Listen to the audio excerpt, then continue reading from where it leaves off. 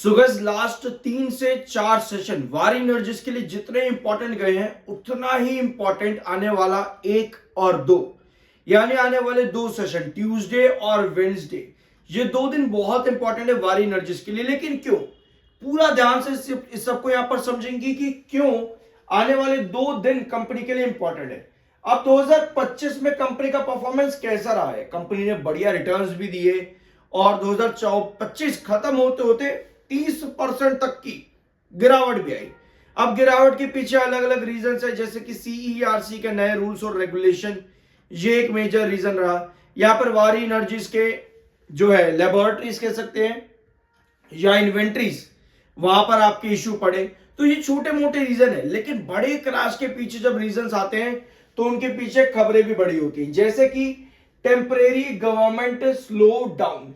ये भी एक बड़ा रीजन है कि क्यों इंडिया के रिन्यूएबल एनर्जी सेक्टर पर आपको इस फाइनेंशियल ईयर के अंदर कुछ बड़ा देखने को नहीं मिला, जैसे कि इरेडा, आइनॉक्स विंड या फिर आपका वारी एनर्जीज क्यों आपको अचानक से बड़ी गिरावट में देखने को मिले साल खत्म होते होते?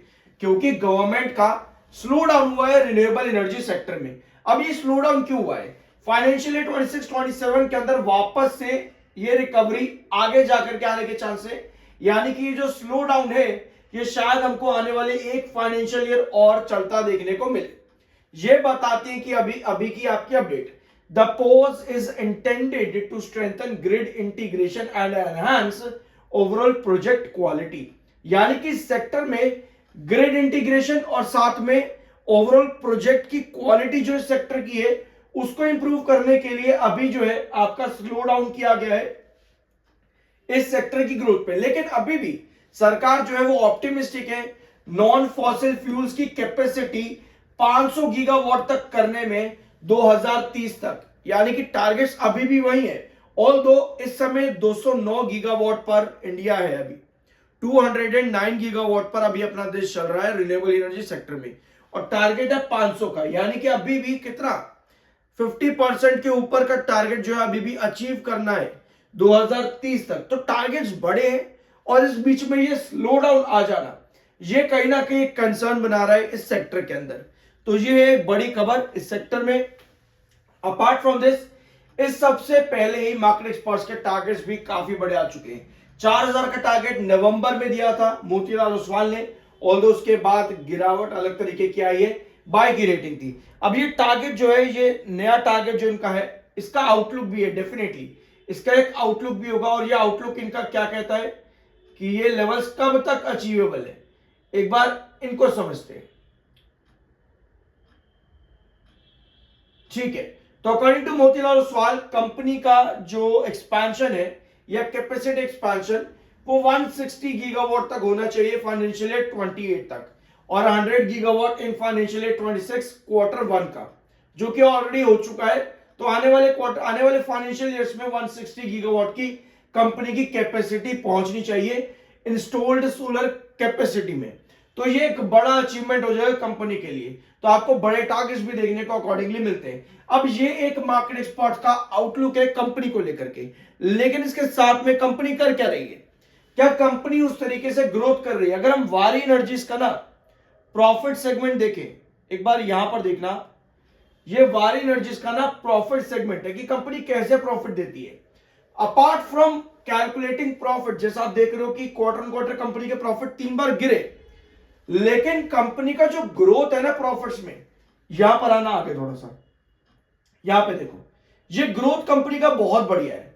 17, 15, 371%, 130%, 89, 133%।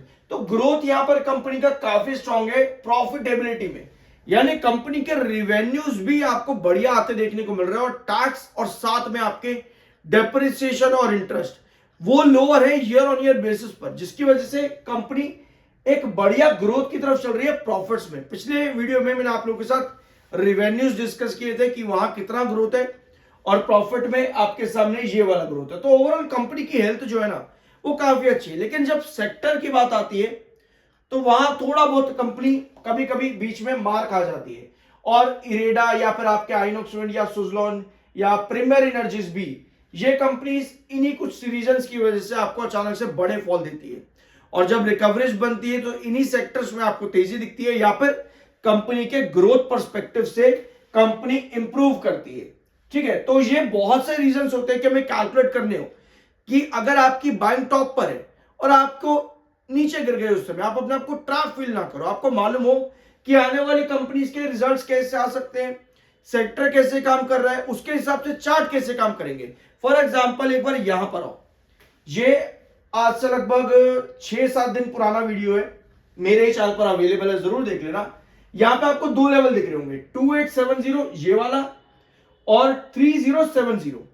ये दो लेवल मैंने तब मार्क किए जब पहली कैंडल यहां पर बनी थी 2870 पर, और हमने इसको एक बेस माना था। यहां पे 2870 को बेस माना था और क्रूशियल बेस 2720 और रेस्ट्रिक्शन 3070 का। अब ये लेवल क्यों यहां पर रखा हमने 2870 का? इसलिए क्योंकि ये पहले भी आपका एक इंपॉर्टेंट बेस रहा है। अगर आपने ये वीडियो देखा तो शायद आप इस पॉइंट को समझ रहे होगे, लेकिन अगर नहीं देखा जरूर देखना। काफी डिटेल ऑन चार्ट किस तरह से आपके बेसिस बनते हैं या रेस्ट्रिक्शन बनते हैं आपको समझ में आने शुरू हो जाएंगे, जरूर चेकआउट करना। टेक्निकल पॉइंट ऑफ व्यू पे न्यूट्रल है स्टॉक, फिर भी गिरावट यहां पर है और एमएससीआईडी सिग्नल आपको किसी भी बड़े ब्रेकआउट की तरफ अभी जाने नहीं दे रहा। एमएससीआईडी सिग्नल बहुत बेरिश है, 101 का माइनस में है।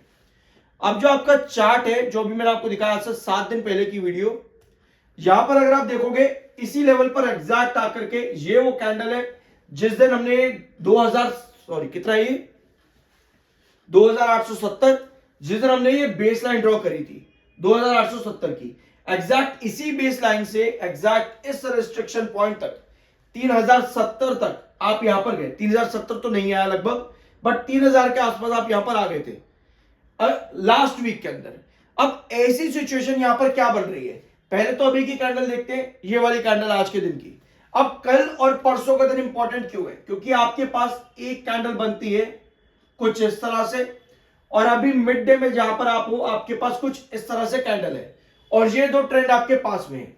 अब आने वाले दो सेशन इंपॉर्टेंट इसलिए हो जाते हैं क्योंकि अगर आप सोच रहे हो कि यहां पर ब्रेकआउट मिले, आप चाहते हो कि ब्रेकआउट मिले, तो उसके लिए आपके पास आज की कैंडल बायर को इंडिकेट कर रही है, जो कि बढ़िया बात है।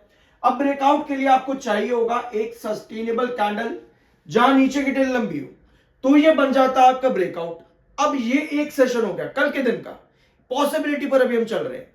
अब अगली सेशन की जो कैंडल आपके पास में आती है वो इस तरह से आ गई, मतलब वो ब्रेकआउट सस्टेन नहीं कर पा रहा, वो ब्रेकआउट सस्टेन नहीं कर पाएगा, समझ रहे हो? तो अगर ब्रेकआउट आप यहां पर चाहते हो तो इस रेस्ट्रिक्शन के ऊपर आपके पास कुछ इस तरह की पोजीशन बननी चाहिए, कुछ इस तरह से, जहां दोनों कैंडल की टेल नीचे की लंबी हो, जो कि सस्टेनेबिलिटी शो करती है। जब भी किसी भी चार्ट पर आपके पास एक रेस्ट्रिक्शन लेवल आता है, वहां पर आपके पास इस तरीके की कैंडल खड़ी हो जाए जहां ऊपर की टेल सेल को इंडिकेट करते हैं, तो उस कंडीशन पर वो रेस्ट्रिक्शन के ब्रेकआउट की पॉसिबिलिटी कम हो जाती है। इसी वजह से आने वाले दो सेशन वारी एनर्जीज के लिए इतने ज्यादा इंपॉर्टेंट है कि ये डिसाइड करेंगे कि यहां पर ये वाला लेवल ब्रेकआउट होगा या फिर अभी और एक कंसोलिडेशन या फॉल देखने को मिलने वाला है। आई होप कि इस वीडियो में आप लोगों को कुछ सीखने को मिला होगा। सब्सक्राइब जरूर कर देना, big reason for that I am NISM 7 certified. मिलते अगले वीडियो में।